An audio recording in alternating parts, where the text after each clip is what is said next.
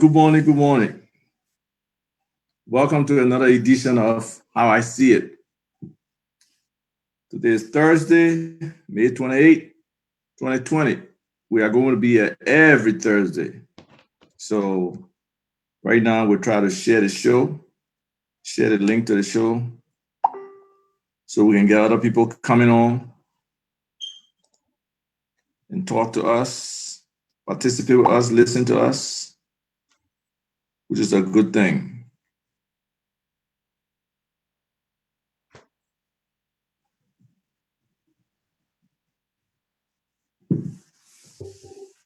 So we got a full plate today.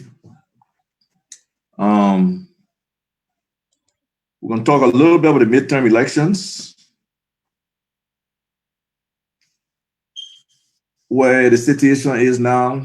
The National Elections Commission is proposing a December election date, but that, some friction. We'll delve into that. We'll talk a little bit about COVID-19 recovery. How are we going to do it? How is Africa going to do it? It's not going to be easy, folks. It's not going to be easy. The recovery process after COVID-19, that's when it's going to be tough. Then we're going to touch on some deportees. About 12 of them, I believe, came from the U.S., arriving in Monrovia. And just generally discuss this deportee, their adaptation back into our society, what some of the stigmas about it, how they're treated. And then we're going to touch on that sensitive case, that rape case, with the stepfather being accused of rape, the mother initially not respecting what her daughter was saying about the situation, protecting her husband, and just the whole dynamics around these women issues. Another issue we will also touch on is what's happening with Black people in America, with the assault from the police, the folks in Minnesota being really upset, going on a rampage. And we'll talk about the justification of that. How can we move forward in the face of this when it seems like our Black people are being threatened? And that relates to how we talk about Liberia. How can we build a better Liberia that Liberians don't have to be here if they don't need to be here? So those are our topics. So we just wish you are having, wherever you are, we wish you are having a beautiful day.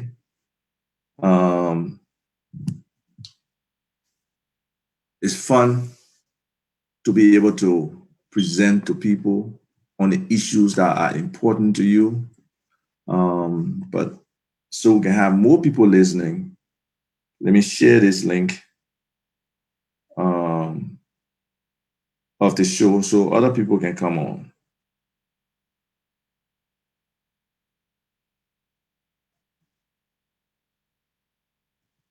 The way our show works, you can get the actual link for the show until the show starts.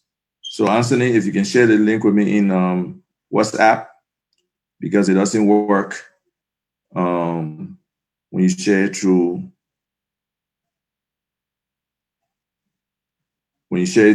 Messenger. It doesn't work. I can't copy the link and share it, and I can't just share it to a post. So if you can, share with me in WhatsApp.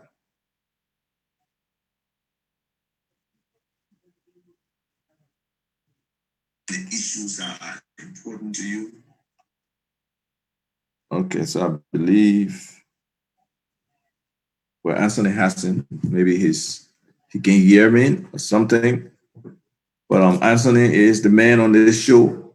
He's the engineer, he's the director, he's pushing all the buttons in the back.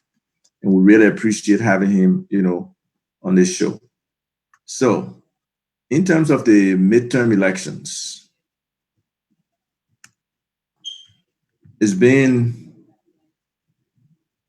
speculated for a while on what direction the NEC will go in terms of these elections, given the knowledge for most people that the funding has not been there,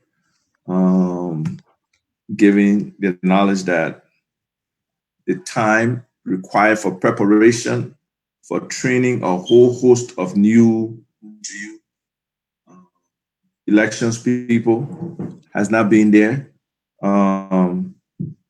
So it's just very important that they present this to the legislature, and they have. And it seems like the legislature, there have been some discussions, but there's some differing on this request to postpone the senatorial elections. There's also a referendum associated with this election as well, which is very critical for many people. The information was put before the Senate Judiciary Committee, and the chairman is Senator Vonnie Sherman. He actually invited the political parties based on their request to him to try to find, the best solution about what's going on with this. The CDC was also represented at the hearing. The ANC was represented by the Chairman Emeritus Lafayette Gould, in the CDC obviously by Chairman Moba Molu. The ALP was there. Their chairman is Tito Momo, and the Unity Party was represented by their Secretary General, Wazi.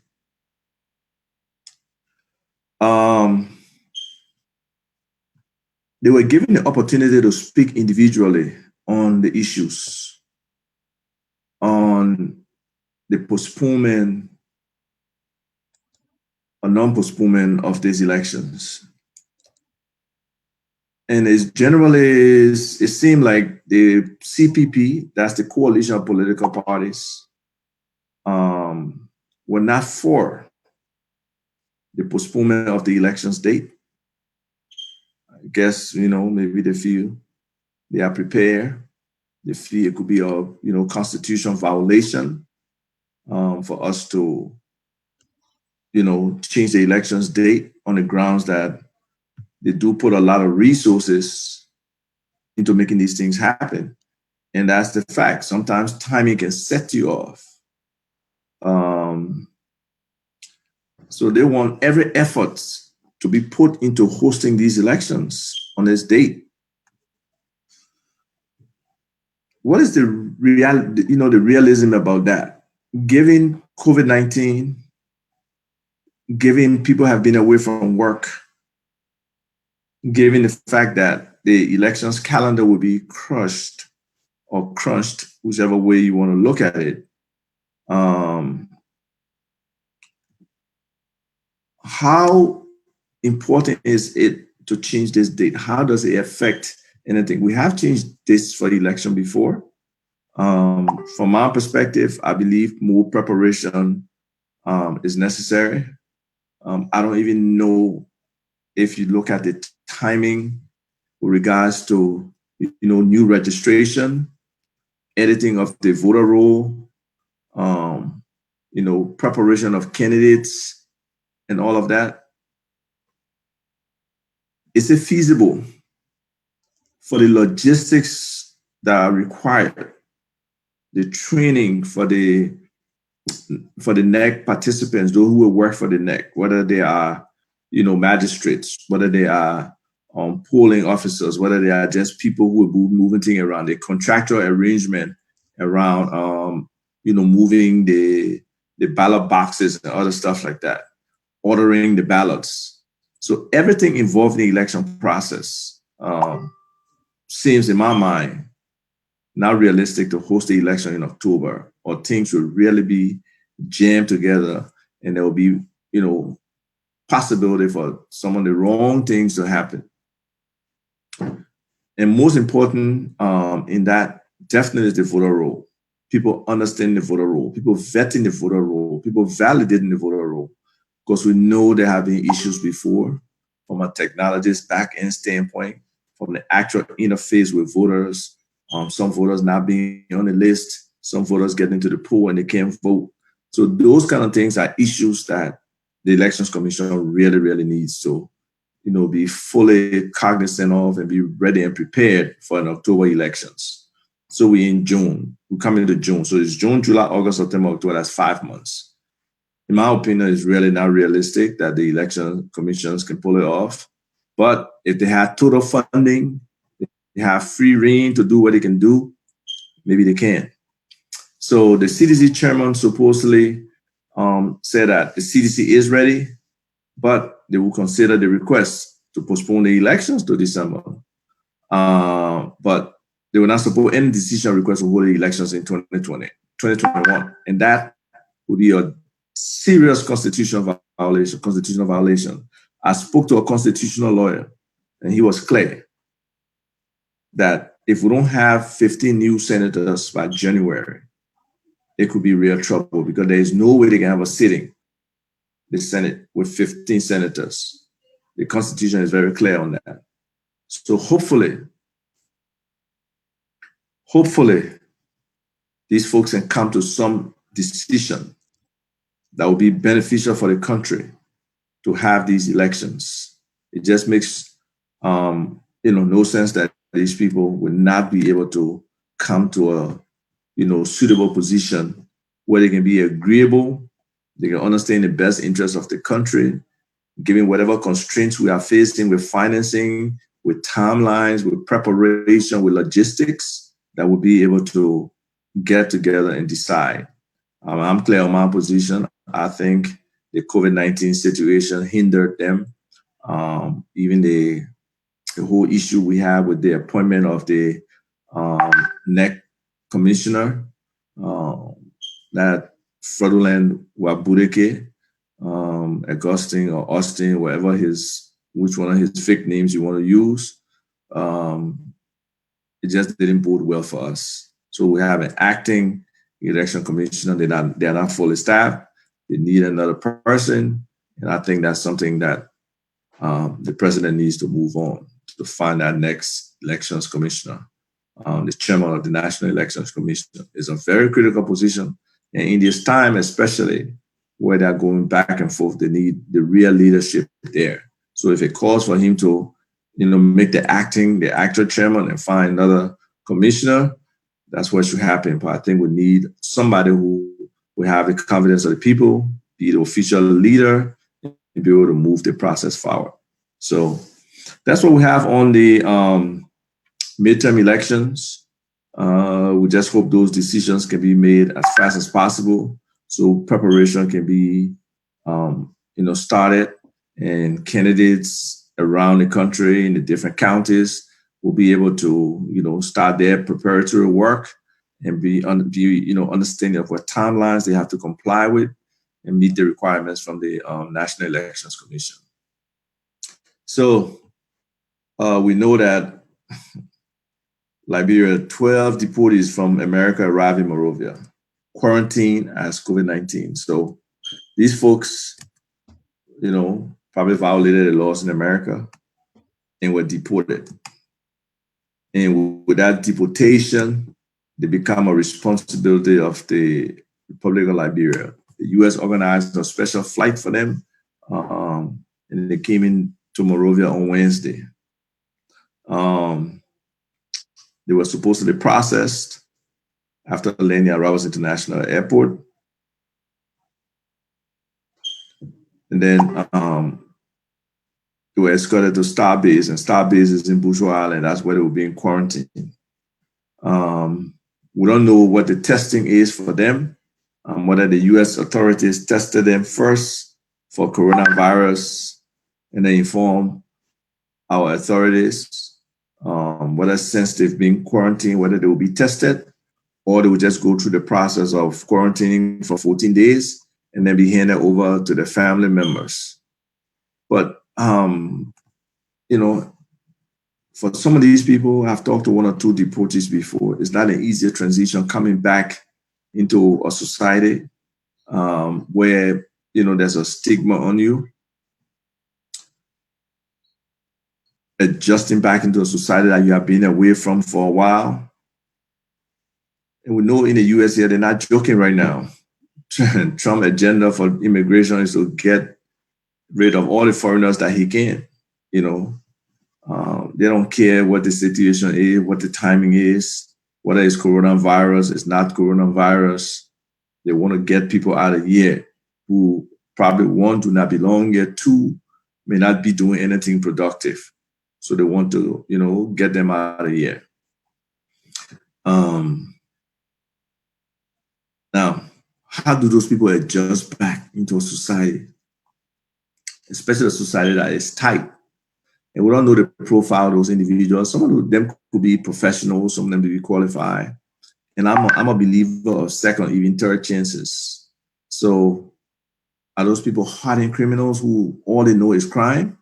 Or are they just people who did some white collar violations and were unfortunate to be in this group to be deported? So those are things that people have to find out about these people before they label them, stigmatize them, try to ostracize them in our society. Our society is a very small society, a communal society. And we tend to label people. And sometimes those labels tend to stick, especially if that person doesn't have the ability to fight back, to push back on that label, to be very clear of where they stand, where they are, who they are. So hopefully the family members of those people, if they do have some in Liberia, will be able to help them out.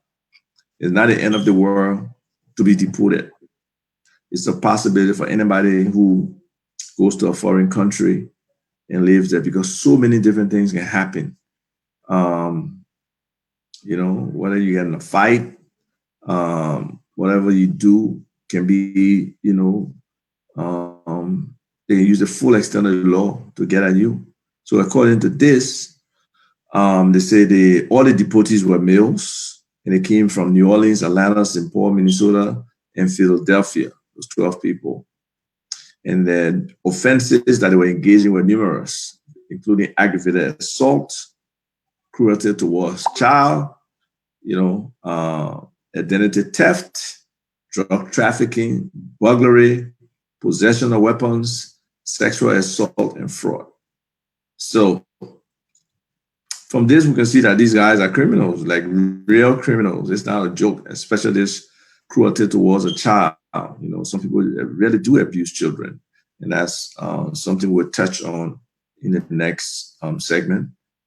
People do not protect the young ones. Unfortunately, they don't have the ability to fend for themselves. They don't have the ability to defend against these, attackers. So they are victimized continuously, sometimes by their own family members. So we have to stand for them. People have to stand for these children, in these situations. There has to be community protection. I don't know if, in the US where sexual offenders are identified when they go into a community, they are labeled and people know them. So I think it's something that we should do if we're not doing it in Liberia, where we can identify these sexual offenders so that people can know, because I don't know whether pedophilia is a disease or not, but it just seems like these people who are caught up in messing around with these young kids, they don't stop. They just seem to have this continual urge to mess around with these kids, play with them, do whatever they want to do. So we just hope that these deportees will be able to adjust into society. They will try to be better citizens. And I think there should be some kind of introduction to Liberia. It's something I always thought about doing, but never did get to doing it for Liberians coming to America. An introduction to America, learning the basics. So they couldn't be violating some of the things that we and other people who came here were not aware violated, or not taking advantage of a system when there's so many different possibilities that you can leverage to improve your life, to be a better person here, whether it's going to school, whether it's easily finding a job, or whatever way you want to make your living, there are possibilities. So hopefully the adjustment back into Liberia for these deportees can be a little easier. Hopefully they have done their time for those crimes. Typically you serve your time and then you ship out.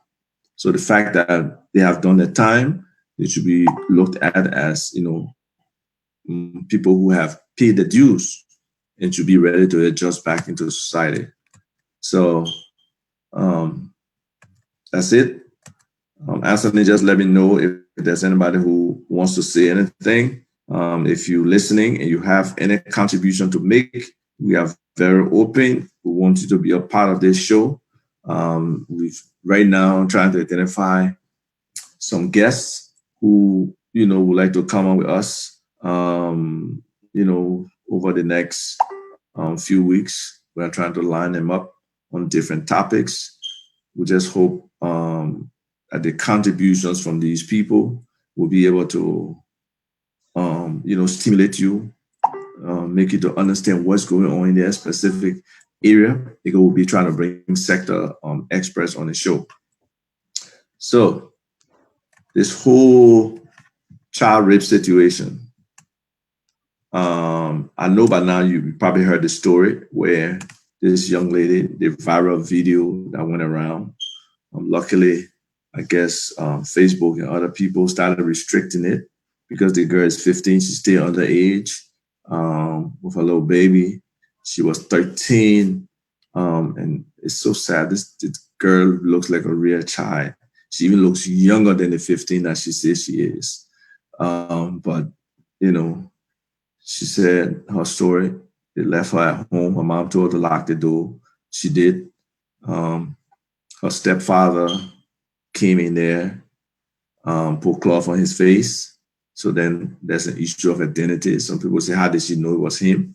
But I guess, with somebody who you're living with, who's like a parent to you, you probably know them. Maybe when he spoke, you recognize the voice. And he did what he had to do to her. What compels a man to treat a child that you are, raising, probably like your own, because you're married to her mother. She's your child. You're in the house with her. To have sex with that young lady, that young baby, 13 at the time, and then when she explained to her mom kind of dismissed the story and said her husband would never do that. Unfortunately for her, she got pregnant and her stomach started getting big. Tells her mom ships her away to her aunt or grandma out in Lofa County. So when parents do these kind of things and they can't take care of their own children, it's just terrible. As parents, one of your fundamental responsibility is to protect your child. Protect the child in all ways. I mean, if any animal, regular animals, they protect their children. Look at the mother hen. That's one of the most protective creature in the world. They spread their wings for their little chicks to be under there when it's raining. They, any little attack, they will go and, start clucking and fussing. They keep their little kids around when they move, their little chicks around when they're moving, and two chicks are behind. They go back and get them and bring them to the group. Other animals demonstrate the same qualities. Now, we as human beings, thinking people, how can we, impose the kind of injurious acts on children like rape, sexual violation, male or female, whatever. I know the male aspect, we don't touch it in our community for some reason. I don't know why it's taboo, but young boys do get raped in Liberia or just like anywhere in the world. They get abused. So how can we prevent some of these things? How can we be more effective in policing these people or reacting faster to these acts? Yeah, we have a very tough rape law. I don't know the details, but I guess just on accusation, you are arrested and your term is probably much longer. We'll probably get the details on the rape law later. But the mother had refused initially to provide, pictures of the father. He's still, his stepfather, Johnson Chulute, he's still on the run. They just had to take her to Johnsonville yesterday in order to get the photograph of her husband, to help in trying to track him down because he's on the run. But who knows how far he has gone? He has a long leeway already. He could be over the border. I don't know if they checked the border records yet or anything like that. So, there have been a couple of pictures on Front Page Africa and other dailies, online dailies about this particular individual. I know a friend of mine, Joseph Jackson, has put a plea out. He wants to help this young lady. He wants to make sure that she goes back to school. So if anybody out there, know whoever this grandmother or aunt is that she's with, they should inform them that there's a benefactor out here who wants to assist and help her be able to continue with her life and move on. It's painstaking just to read what she said. She said that day when my mom was going to sell, she told me to lock the door. After I finished locking the door and went to sleep, my mom husband tied cloth on his face and put clothes in my mouth. Can you imagine stuffing a cloth or something in a child's mouth? So she thought, what if the child chokes? And then he did bad thing to me. By that time, I was menstruating when he did it to me. And that's, something that probably needs to be clarified. I don't know scientifically if you can get pregnant while you're menstruating, because that's the egg that has actually ruptured and causing the blood.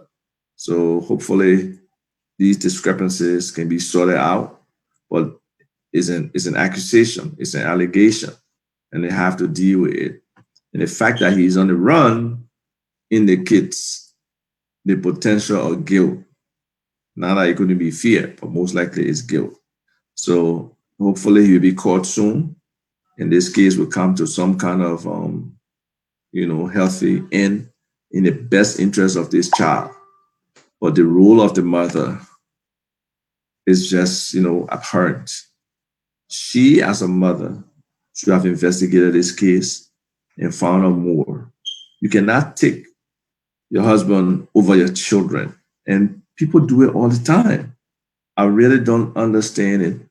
Is it the love?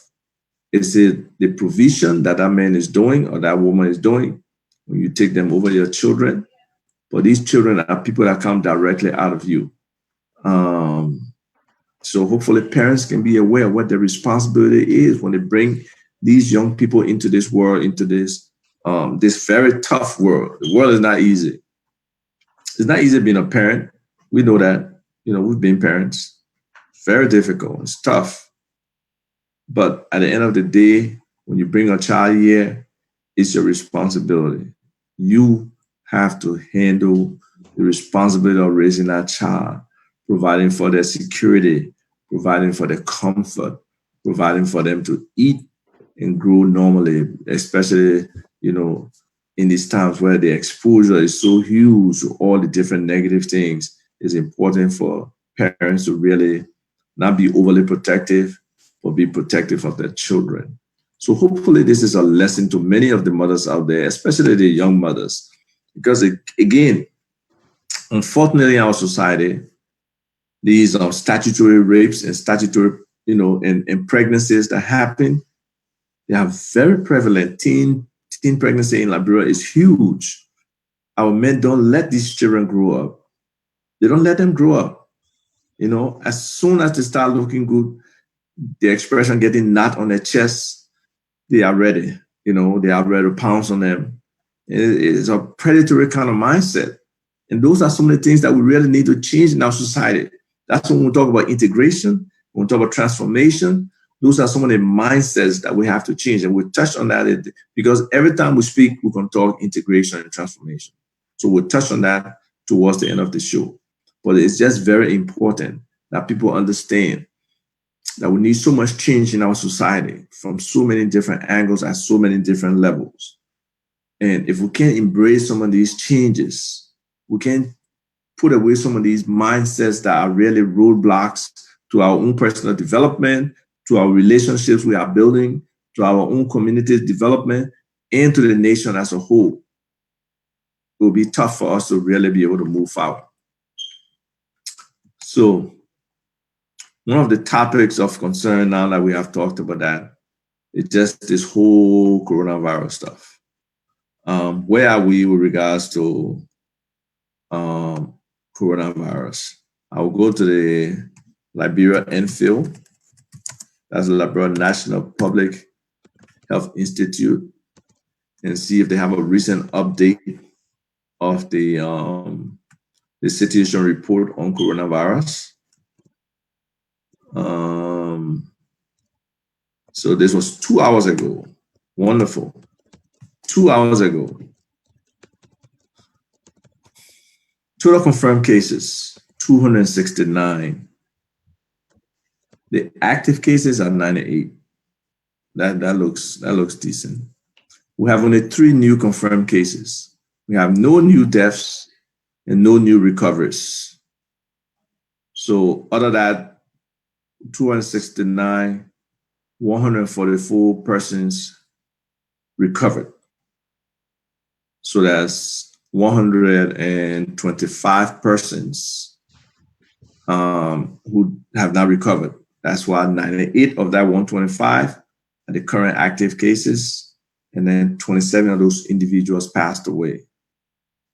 The contacts that are on a follow-up are 649, and there was 621 before, with 28 new contacts to follow up.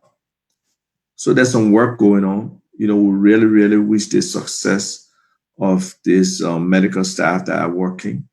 We see a lot of other things around the entire COVID-19 fight as being in a deficit because we're not getting information out of there. There's limited amount of transparency with everything else that's going on.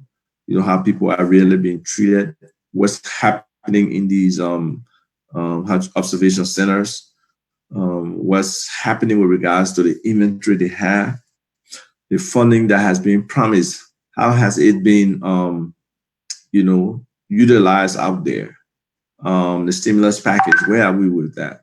We have the Special Presidential Advisory Committee on Coronavirus, the SPACA. We got the executive committee that Mary Bro is supposed to be heading, but we can hear from Madam Bro. So, what are we doing really holistically? So that leads into the issue of where are we, with regards to post COVID-19 recovery. I think I said Ebola earlier. I'm bad. I apologize. It's COVID-19. So we have a long stretch. And again, because we don't collect data, the data deficiency affects us. I really don't know how we really implement policy if we don't have adequate data to guide what we do.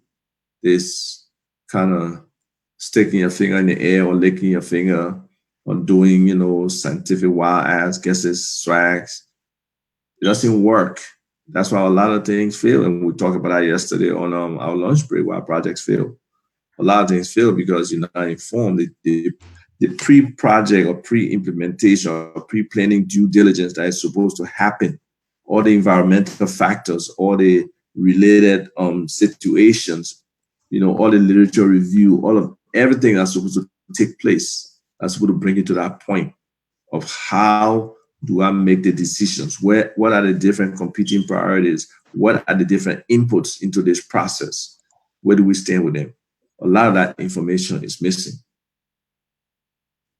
So we need to be able to, understand these things. That's why data collection is necessary. And, we'll continue to harp on some of these things and we'll try to share information on an open government, on an e-government, how those things happen, how we can build, from scratch to elevate ourselves to the point where we have national identification, where we have systems around the different things we do, where we have, efficient data collection, where the different ministries and agencies can report on these things, that the public can have the information they have. They don't have to exercise the Freedom of Information Act when these things are supposed to be responsibilities that should already be executed by these different ministries and agencies in terms of the provision of information in a available, ubiquitous manner. It's all over the place that people can get to this information. They don't have to, stumble, sweat, fuss, file reports and stuff like that. But one of the key things that we have to focus on now while we're in this grind is, how do we recover? What are the strategy around recovery? What are those things that we are putting in place now? Like, if 1 month from now our economy is open, we say this will be our, domestic revenue generation lead. This will be the next step to generate foreign exchange. This is the next step to hold our, exchange rate at the level it is. This is the next thing we do to slow down inflation. So what are those different things that we are doing? We know there's the,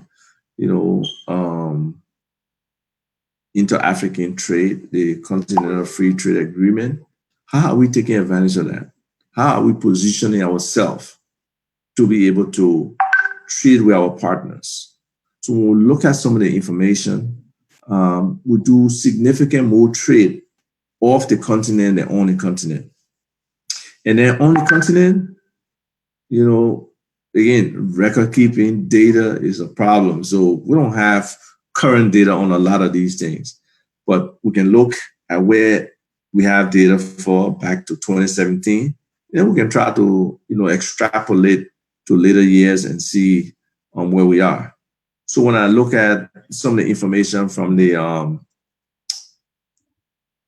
inter-Africa trade for Liberia, back in 2017, we're at a deficit. We're, operating at a trade deficit with the rest of Africa. Our exports to other African countries were 173 million US dollars. Only 173 million US dollars. And then what we got from them, $374 million in imports. So that's a $200 million deficit. Fellow Liberians, I think a lot of that is in agriculture. A lot.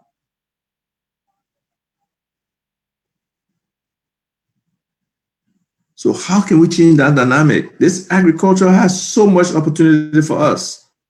We have to realize it. Right, our neighbor, Ivory Coast, out of that 374 million, they got 88%. If I do the math here and say 0.88 times 374 million, I get $329 million. Now we, US dollars, now we are spending, in trade with Ivory Coast. I mean, all the pepper, all the billable, all the wherever we get from them that comes over the border, we can grow our food here. We can grow our food in Liberia.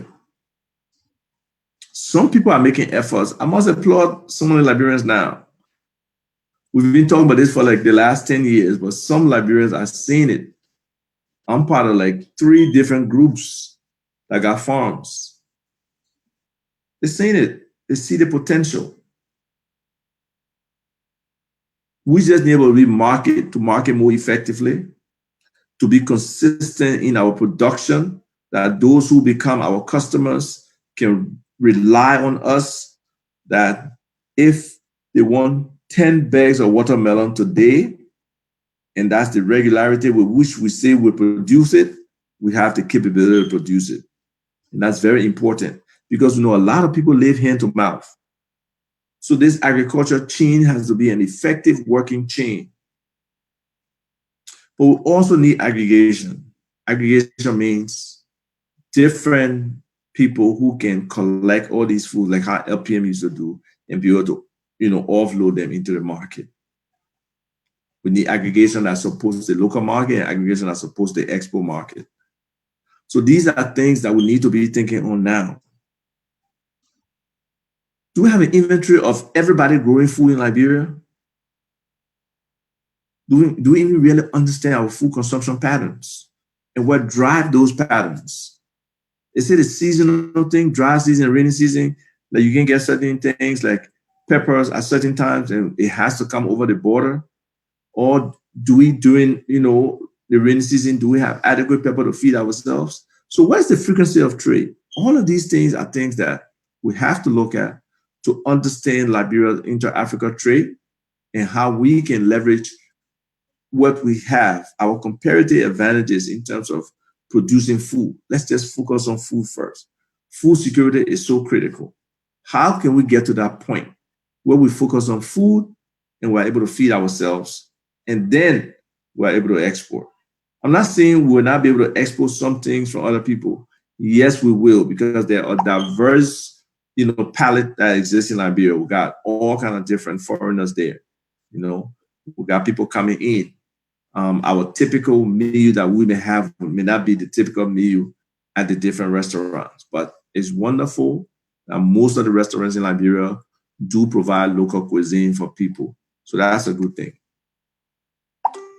So how do we as a people, really start to build our economy, a more Liberian economy? I was talking to this lady and I said, we really, really need to move up our market people. We got to find those who are good marketers and train them and be able to provide resources to help them to be importer, to be wholesalers, to be distributors. She said, no, it's impossible. No, it's not impossible. Yes, we know we have the Lebanese and Indians who, have a dominance in that market. They control it. But we can find discounted bonnet warehouses for our people too to be able to import in bulk. We can be able to facilitate Liberians entering these processes and being a part of it, these processes and being a part of it. Why is that impossible? So how we Liberianize our economy, how we are able to move from where we are today through the COVID-19 recovery and be able to build a vibrant economy, it rests on government being a facilitator. It rests on the private sector being giving an enabling environment to grow. We do need foreign direct investment too, but that will only come if people feel comfortable that one, the ease of doing business in Liberia is improved. Right now, it's not easy to do business in Liberia for a lot of people. I know there's been some improvements from, during Ellington to present, but we still rank lower than a lot of countries, especially the countries that we do comparatives with, like Sierra Leone, Ivory Coast, Guinea. It's easier to do business in the country than it is to do in Liberia. We should be facilitate that ease of doing business. The second thing is, how do people protect their assets? The rule of law. Can they get justice when they are violated? Those are things investors are really concerned with. They're also concerned with how they get the money out of the country. And that's something we have to facilitate. We have to be open to being able to attract investment, being able to bring money into the country, but to also allow these people to be able to take the money out. But we got to be careful with illicit financial flows, illegal monies leaving the country. So as we progress with this, how I see it, we'll be able to, really explain to you all these different things that are happening. So let's start thinking about it. We'll bring some economists on. As a matter of fact, on June 7th, in collaboration with Focus on Liberia, we hope, we'll be hosting a panel discussion on post-coronavirus, post-COVID-19 recovery for Liberia. What are some of the ideas out there? What are some of the policies that should be implemented? How do we prepare now? You know, what are the sectors that we should really put some focus on and try to build up to be able to help us move through this coronavirus recovery stage? Because if you look at a lot of literature, we're still crying about Ebola. We are still crying about Ebola from 2014. So how do we not cry about COVID-19 2-3 years down the road? Or 6 years down the road. How do we not cry about COVID-19? That should be the thought process that will be in our government's mindset, in our key players in the private sector mindset. How do we move Liberia? Some of these lofty goals that were set in the Pro-Poor agenda, and we'll break down that Pro-Poor agenda as well as we move through this process. You know, some wonderful things in there, so aspirational things. But how do we really make it happen? You know, so before we go, we'll just touch on this whole integration and transformation thing. Like I said, Liberians are scattered around the world. Liberia is for all Liberians. We want to set the mechanism where the integration of Liberia is just a seamless thing. You know, we have Liberians with, some disposable capital, some discretionary capital that they can do whatever they want to do with. We've got Liberians on the ground who are doing some good business that has a lot of potential, that has scalability. We've got Liberians in the diaspora who would love to come back to Liberia. But the situation with regards to healthcare, with regard to housing, with regards to mobilization, there's challenges. So how do we get these things operating? Those are topics that we have to talk about. Because I firmly believe we need a different chemistry. Right now, let's say we got hydrogen in Liberia. The hydrogen has not been produced at the level that is supposed to make a difference for our people. We need something else. So we need maybe oxygen coming. We'll have 2 parts hydrogen, 1 part oxygen to make water for it to benefit everybody. So, water is life. So that's something we really, really need to focus on. How do we work this thing, to build a country where we become integrated on different levels? How do we transform the mindsets that we have? The whole country conquer thing that is so prevalent now. This mindset of 9 is our time, or the countrymen this, the Congo that. How do we operate as a people? What are those discussions we need to have? It comes down to sometimes even symbolisms. What symbolizes or unifies Liberia? What represents us as a people? How can we get together and be one? How can we remove some of these impunity, entitlement, and other mindsets that we have? So these are just questions that we have to keep thinking about, as we try to build our country. And we try to, start to recover from this Ebola thing, as we confront some of these potential constitutional issues that are out here.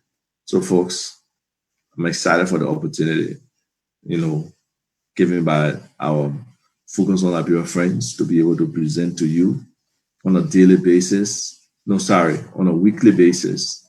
Every Thursday, 10 a.m. to 11 a.m. We'll be here telling you how we see it. So tune in. Yes, I keep saying Ebola. Ebola just stuck in my head. I'm sorry, folks, it's coronavirus. But I did mean that since 2014, the piece I talked about, it was Ebola. But now we are in this coronavirus stage, COVID-19 stage. And we need to get out. We need to find a way. It's possible we may have to live with coronavirus. How do we protect our people? How do we improve sanitation? How do we improve access to water? So those are all the vexing questions that are being at us for generations upon generations. But we need solutions. Now is the time. We don't have to crawl before we walk anymore. We can leapfrog a lot of things. But to leapfrog a lot of things, we need to bring our best and brightest on board. Get these folks at the table. You know, remove that mindset restriction. You have to be on the ground. No. Today, we see what COVID-19 has done. It shows that the virtual world can be robust and active. And that's why we need to collaborate more. That's why I have put out there the UABN link, the Unified African Business Network. It's a platform created by a Liberian. It's for Black people. We want all Black people to be able to have a community of collaboration, cooperation, doing business, engaging, interacting. We see what's happening in the world today, especially in the United States, how Black people are being treated. We see how the Chinese treat us. We even see how the Europeans treat us. So why can't we have our own thing? Why can't Africa be a real home for all Black people? Some countries are trying. Ghana has opened their doors. We should be the original country. We have it in our constitution. Anybody of Negro descent can be a citizen of Liberia. That's something we need to sell. We cannot fear people coming from outside to be a part of us, Black people. We are one. We should be one. Look at Minnesota. A cop kneeling on somebody's neck until they die. The person saying, I can't breathe, I can't breathe. You got them handcuffed. It's very sad. So there's something here in terms of us Black people connecting. And trust me, I really believe if more people can go to this UABNLINK.com, UABNlink.com, UABNlink.com, and register there and start to build a community. Facebook was not done in one day. LinkedIn was not done in one day. So a professional Black community will now have all the bells and whistles in one day.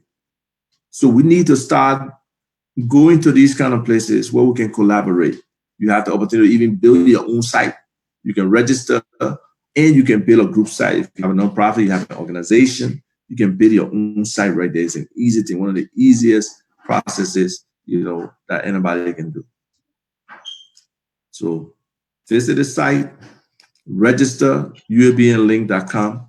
Let's build a community, starting with a Liberian community, and then, more people can come on board. Organizations can come on board. Governments can come on board. There's opportunity for governments to function in that environment. Clearly, international partners can come on board. So let's work together as a people. Let's work together as Liberians. That's the only way we can move these processes forward. So thank you for listening to us today. You've been listening to us on Focus on Liberia. It's a HOW-I-C-8 show on Thursdays, 10 a.m. to 11 a.m. with moi, as Vah Tukpah Jr. Yeah, Anthony, I love my junior. Maybe one day I will drop it when I get too tired talking. But for now, it's Vah Tukpah Jr. And I approve this presentation today, May 28, 2020. Peace. Thank you.